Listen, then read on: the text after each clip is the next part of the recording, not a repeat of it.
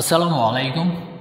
বিশিষ্ট সাধক দরবেশ ও রাজসিংহাসন ত্যাগকারী বলকের বাদশাহ হজরত ইব্রাহিম ইবনে আদহাম একজন জগৎ বিখ্যাত অলি, আল্লাহ ভক্ত, সত্যনিষ্ঠ মহান বুজুর্গ, যিনি সর্বজনপ্রিয়, চিরস্মরণীয় ও চিরবরণীয় হয়ে আছেন।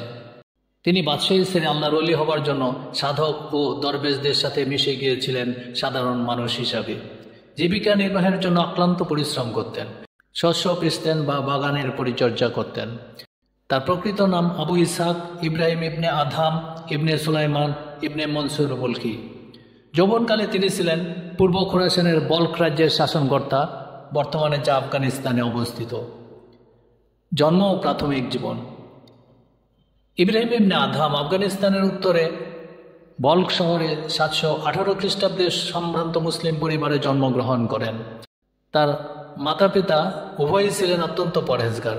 তার পিতার নাম হজরত আদহাম রহমতুল্লাহ এবং মাতা শাহজাদি গুল ইজ্জান্নাত।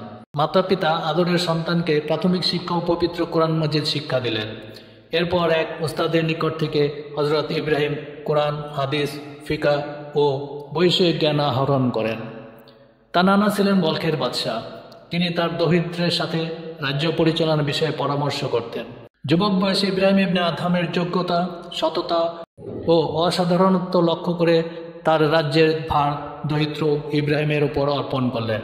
হজরত ইব্রাহিম ইবনে আদহাম সিংহাসনে বসেই পুরা রাজ্যে সুশাসন প্রতিষ্ঠিত করেন। এভাবে তিনি 12 বছর রাজ্য পরিচালনা করেন। তিনি বিবাহ করলেন, এক পুত্র সন্তানও জন্ম নিল। কিন্তু ইব্রাহিম ইবনে আদহামের বাদশাহী ভালো লাগতো না। পিতার মতোই মনে আল্লাহর ওলি হবার ইচ্ছা জাগত। তিনি বাদশাহী কাজের ফাঁকে ফাঁকে ইবাদত বন্দিগিতে মশগুল থাকতেন। বিভিন্ন বইতে তার সিংহাসন ছেড়ে, সংসার ছেড়ে দরবেশ জীবন বেছে নেওয়ার পিছনে অনেক ঘটনার বর্ণনা রয়েছে। আমার ইব্রাহিম ইবনে আদহামের সংক্ষিপ্ত জীবনের ভিডিওতে 2টি ঘটনা উল্লেখ করা হয়েছে। ভিডিওটি দেখে নিতে পারেন, কার্ডে লিঙ্ক দেওয়া আছে। অতুলনীয় বিনয়ের দৃষ্টান্ত। বাদশাহ হজরত ইব্রাহিম ইবনে আদহাম যখন একজন জগৎ বিখ্যাত অলি, তখন একদিন তিনি সাধকদের এক মজলিসে উপস্থিত হয়ে তাদের পার্শ্বে বসতে চাইলেন। তারা ইব্রাহিমকে বললেন, আপনি এখানে বসবেন না, কেননা আপনার শরীর হতে এখনও বাদশাহী গন্ধ আসছে। ইব্রাহিম ইতস্তত না করে অন্যত্র যেয়ে বসলেন। তার ন্যায় একজন ধার্মিক ও দুনিয়াতে গিয়ে ব্যক্তির এতদূর বিনয় দেখে উপস্থিত সকলেই অবাক হয়ে গেলেন। একদিন ময়দান দিয়ে যাবার সময় জনৈক সিপাহী ইব্রাহিমকে জিজ্ঞাসা করল, তুমি কে? তিনি উত্তর করলেন, একজন দাস। সিপাহী জিজ্ঞাসা করল, বাসস্থান কোথায়? তিনি কবরস্থানের দিকে ইঙ্গিত করে বললেন, ওই দিকে। সৈনিক রাগ হয়ে বলল, তুমি আমাকে উপহাস করছো? একথা বলে সিপাহী ইব্রাহিমকে ব্যত্রাঘাত করতে করতে গলায় দড়িয়ে বেঁধে টেনে নিয়ে যেতে লাগলো। লোকজন বলল, ওহে মূর্খ, ইনি ইব্রাহিম আদহাম, কেন তুমি তাকে মারছো?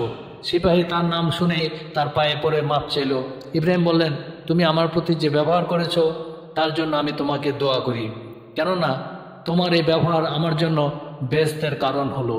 তোমার ভাগ্যে দোজখ হোক, আমি কখনো তা চাই না। সিপাহী বলল, আচ্ছা, আমি যখন আপনার নাম ও বাসস্থানের কথা জিজ্ঞাসা করলাম তখন আপনি এমন উত্তর কেন করলেন? ইব্রাহিম বললেন, সকল মানুষই আল্লাহর দাস এবং সকলে মৃত্যুর পর কবরস্থানে যে বসতি স্থাপন করছে, সুতরাং সেটাই সকলের স্থায়ী বাসস্থান। একদিন জনৈক মাতালের নিকট দিয়ে যাবার সময় তিনি দেখলেন যে মাটি লেগে তার মুখ বিশ্রী হয়ে আছে। মাতালের এই অবস্থা দেখে ইব্রাহিম তখনই পানি এনে তার মুখ ধুয়ে দিলেন এবং বললেন, যে মুখে আল্লাহর পবিত্র নাম জপবার স্থান, সেখানে মাটি লাগিয়ে খারাপ করে রেখেছ কেন? এই বলে তিনি সে স্থান হতে চলে গেলেন। পরে মাতালের হুঁশ হলে লোকে তাকে বলল, ইব্রাহিম আদহাম তোমার মুখ ধুয়ে এই কথাগুলো বলে গেছেন। মাতাল তৎক্ষণাৎ বলল, আমি আজ হতে তওবা করলাম, আর কখনো মদ্যপান করব না। সেই রাত্রে ইব্রাহিম স্বপ্নে দেখলেন আল্লাহ তাআলা বলছেন, হে ইব্রাহিম, তুমি আমার সন্তুষ্টির জন্য এই মাতালের মুখ ধুয়ে দিয়েছ, এর বদলে আমি তোমার অন্তর ধৌত করে দিলাম। বাগানের পাহারাদার। ইব্রাহিম বলেন, একসময় আমি কোনো এক বাগানের পাহারাদার নিযুক্ত হয়েছিলাম। একদিন বাগানের মালিক এসে আমাকে হুকুম করলো, কতগুলি মিষ্টি ডালিম আনো।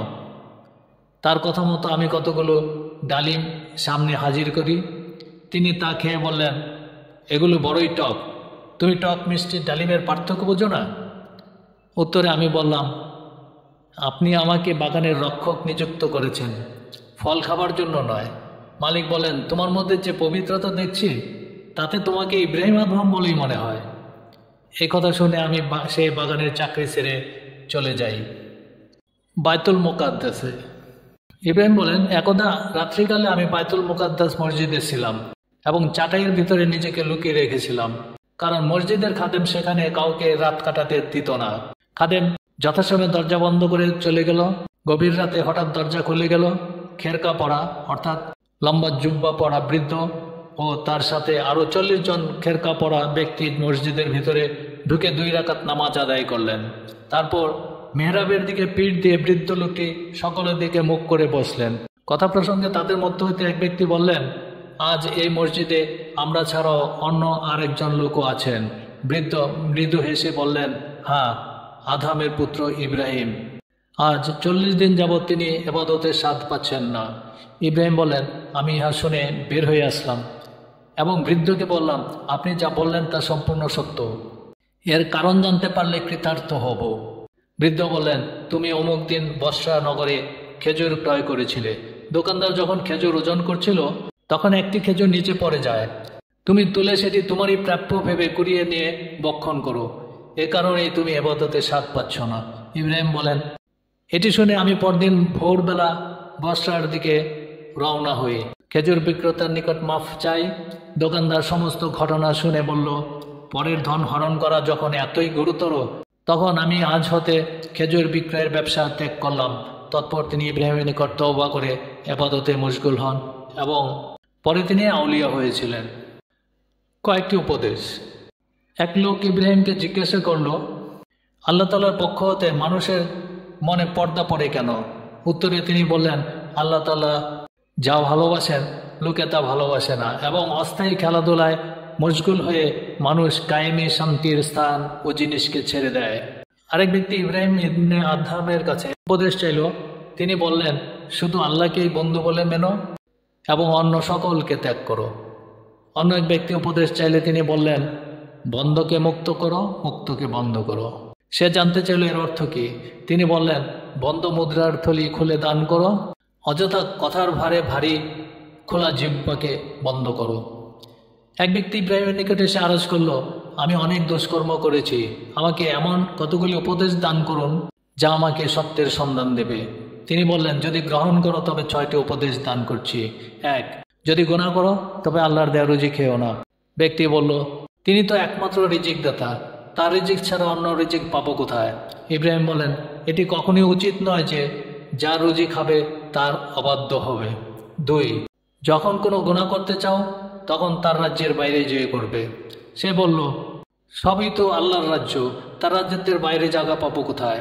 তিনি বললেন, এটা উচিত নয় যে যার রাজ্যে বসবাস করবে তার বিরুদ্ধাচরণ করবে। 3, যখন কোনো গুনাহ করতে চাও এমন স্থানে গিয়ে করবে যেখানে তিনি তোমাকে দেখেন না।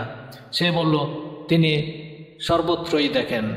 ইব্রাহিম বললেন, এটা উচিত নয় যে যার রুজি খাবে এবং যার রাজ্যে বসবাস করবে তার সম্মুখে গুনাহ করবে। 4, যখন আজরাইল আলাইহিস সালাম তোমার প্রাণ হরণ করতে আসবেন তখন তওবার জন্য তার কাছে সময় চেয়ে নেবে। সে বলল, আজরাইল ফেরেশতা আমার কথা গ্রাহ্য করবে না। ইব্রাহিম বলেন, যখন তুমি মৃত্যুকে বাধা দিতে অক্ষম তখন এই মুহূর্তকে মূল্যবান মনে করা তোমার কর্তব্য এবং আজরাইল আলাইহিস সালাম আসার আগেই তোমার তওবা করা উচিত। 5, মৃত্যুর পরে যখন কবরে মুনকার নাকির সওয়াল জবাবের জন্য আসবেন তখন তুমি তাদেরকে তাড়িয়ে দেবে। সে বলল, আমি তা করতে সম্পূর্ণ অক্ষম। ইব্রাহিম বলেন, তাহলে তার সওয়াল জবাবের জন্য প্রস্তুত থাকো। 6, কিয়ামতের মাঠে যখন আল্লাহ তাআলা হুকুম করবেন যে গুনাহগার দিগকে দুজকে নিয়ে যাও, তখন তুমি বলবে যে আমি যাব না। সে বলল, ফেরেশতাগণ আমাকে জোরপূর্বক নিয়ে যাবে। ইব্রাহিম বলেন, তবে গুনাহ করো না। এই সকল কথা শুনে সে বলল, এই আমার জন্য যথেষ্ট। তখনই সে তওবা করল এবং আমৃত্যু তাতে কায়েম ছিল। আল্লাহর উপর নির্ভরশীলতা। ইব্রাহিম ইবনে আদহাম বলেন, একবার আমি আল্লাহর উপর ভরসা করে জঙ্গলে রওনা হই। 3 দিন যাবৎ আমার খাদ্য জুটল না। শয়তান এসে বলল, বলকের বাদশাহী ছেড়ে এখন ক্ষুধায় মরছ? বাদশাহী থাকলে আজ কি সুন্দর আড়ম্বর করে চলতে ও সুখাদ্য খেতে। এই কথা শুনিয়ে আমি মুনাজাত করলাম, হে পরওয়ারদিগার, তোমার দুস্থকে কষ্ট দেওয়ার জন্য কি দুশ্মনকে তার কাছে পাঠানো উচিত? অমনি গায়েব হতে আওয়াজ আসলো, হে ইব্রাহিম, যাহা কিছু তোমার পকেটে আছে তা ফেলে দাও, দেখবে যে যা দেখো নাই তা হাজির হয়ে যাবে। ভুলক্রমে যে রৌপ্য মুদ্রাটি আমার পকেটে ছিল তা আমি দূরে ফেলে দিলাম।